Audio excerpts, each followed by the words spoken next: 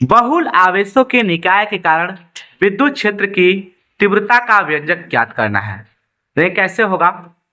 माना x Y तल में, पहले ये फिगर को समझते हैं, ठीक है।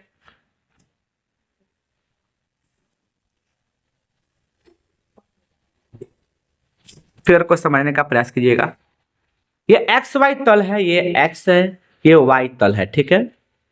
यहाँ पर एक क्यू नॉट क्यू जीरो आवेश है, टेस्टिंग चार्ज है, टेस्ट या परीक्षण आवेश है। और यहाँ पर Q1 Q2 Q3 Q4 dot Qn ऐसे आवेश है, बहुत सारे आवेश है। Q1 नहीं बनाया हम, 4 आवेश है, ठीक है। ऐसा अनंत आवेश है, बहुल आवेश बहुत सारे हैं। अब देखिए Q1 द्वारा Q0 पर ये P प्लस आवेश होता है, ये भी प्लस होता है, तो प्रतिकर्षण बोलेगा तो ये इसको ऐसा किए तो हम देखिए प्रतिकर्षण कर दिया गया।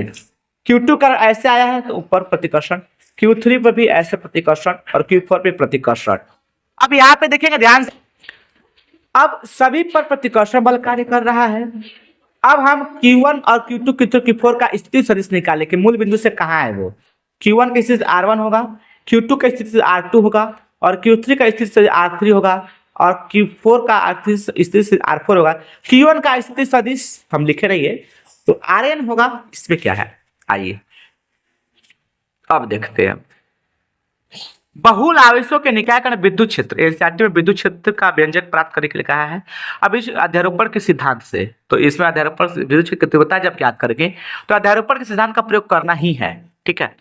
आइए, माना एक्स वाई तल में Q1 Q2 Q4 Q3 Q4 dot Qn आवेश है जिसका स्थिति सदिश क्रमशः R1 है। देखिए Q1 का R1, Q2 का R2, Q3 का R3, Q4 का R4 और Q1 का Rn तथा इसी तल में कोई बिंदु P लिएगा। देखिए वो बिंदु Q0 Q0 पर P बिंदु लिए हैं, P है जिस पर Q0 आवेश है या Q0 आवेश है, इसका सदिश R0 या R0 होगा। बात सही है। Q के कारण विद्युत Q बिंदु के कारण Q1 के कारण बिंदु P पर विद्युत क्षेत्र की तीव्रता, ये 2 बार लिख देते तो E1 बराबर क्या हो जाएगा 1/4।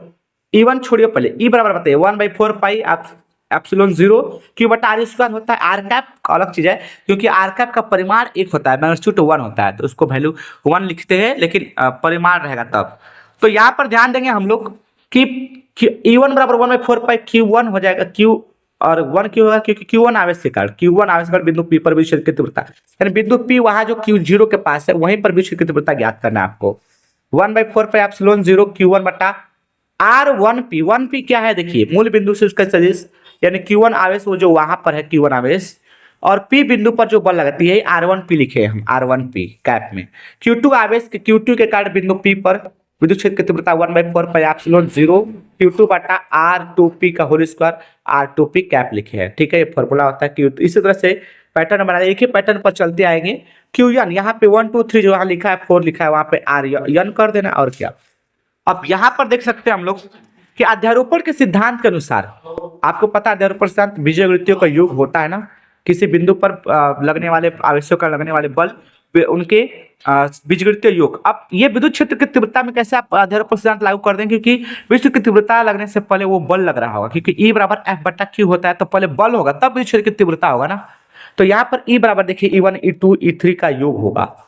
E बराबर E1 का वैल्यू वहां से देख सकते हैं आप, E1 का वैल्यू वहां पर है, आप लिखे भी होंगे तो ये वैल्यू रखे हम, E1 का वैल्यू रखे है, E2 का वैल्यू रखे, ये इतना E2 का वैल्यू है, इतना E3 का वैल्यू है, ठीक है। अब बीच में नहीं लिखे, जगह नहीं था तो ये डॉट En लिखे हैं, En देखिए ध्यान से, यहाँ पे R3 तो 1 2 3 4 5 ऐसा था तो अंक के जगह पर n लिख दिया, ठीक है। यहाँ पे 1 2 3 4 5 ये अंक था तो यहाँ पे Rn लिखे हैं R3 के पर। चलिए जगह पर लिखे हैं मतलब उसको आगे बढ़ाएंगे तो लिखे हैं। अब यहाँ पर देखिए कि E बराबर क्या होगा, वेक्टर E बराबर 1/4 एप्सिलॉन 0 को कॉमन ले लेंगे तो बचेगा वो वाला, जो बचेगा उसको लिख दिए। अब ये बचेगा पूरा लिख दिए, फिर ये बचेगा तो पूरा लिख दिए और ये वाला बचेगा तो पूरा लिख दिए। अब देखिए ध्यान, इसको सिग्मा में ढालते हैं कैसे, जैसे आप पढ़ेंगे क्लास 10th में सिग्मा FX बटा में सिग्मा F। सिग्मा क्या होता है, योग होता है। तो हम I 1/4 पाई एप्सिलॉन 0 सब में तो कॉमन ले लिए बाहर। अब I बराबर 1 से देखिए बचा क्या आपको Q, ये बच Q1 Q2 Q3 Q4 dot Qn, ये बचा है ना। तो Q1 क्यू लिख रहे हैं यहाँ पे, आई बराबर आई लिखे हैं। पहले यहाँ समझे आई बराबर 1 क्यों, क्योंकि आई फॉर इनिशिएट मतलब आई शुरुआत कहाँ से हो रहा है 1 से, कहाँ तक जाएगा n तक, तो n ऊपर लिख दिए, शुरुआत 1 से है तो यहाँ लिख दिए। अब देखिए यहाँ पे की 1 2 3 4 5 6 जो है ना वो शुरू हो रहा है आई, आई मतलब यहाँ पे 1 2 3 4 5 है, यहाँ पर आई बराबर जो लिखा है क्यू आई जो लिखा है इसका मतलब आई की जगह पर 1 2 3 4 5 है। यहाँ पे R1 के जगह पर देखा R1 2 3 के जगह पर आई लिखे हैं, तो आई की जगह पर 1 2 3 4 5 है, समझेंगे। तो आर स्क्वायर करेंगे हम आई पी, नीचे लिखेंगे हम लोग, यहाँ पे देखिए वही भी लिखे आई पी लिखे कैप में। धन्यवाद।